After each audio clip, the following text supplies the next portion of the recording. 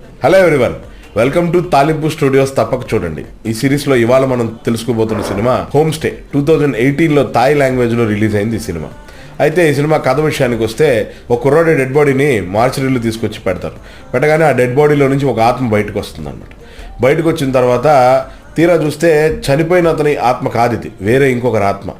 ఏంటా ఈ కన్ఫ్యూజన్ అని చూసే క్రమంలో అక్కడికి ఇంకొక వ్యక్తి వస్తాడు.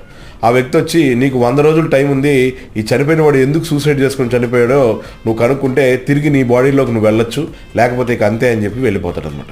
ఇక అక్కడి నుంచి హీరో ఆ చనిపోయిన అతను ఎందుకు చనిపోయాడు అని చేసే ట్రావెలే ఈ సినిమా కథ.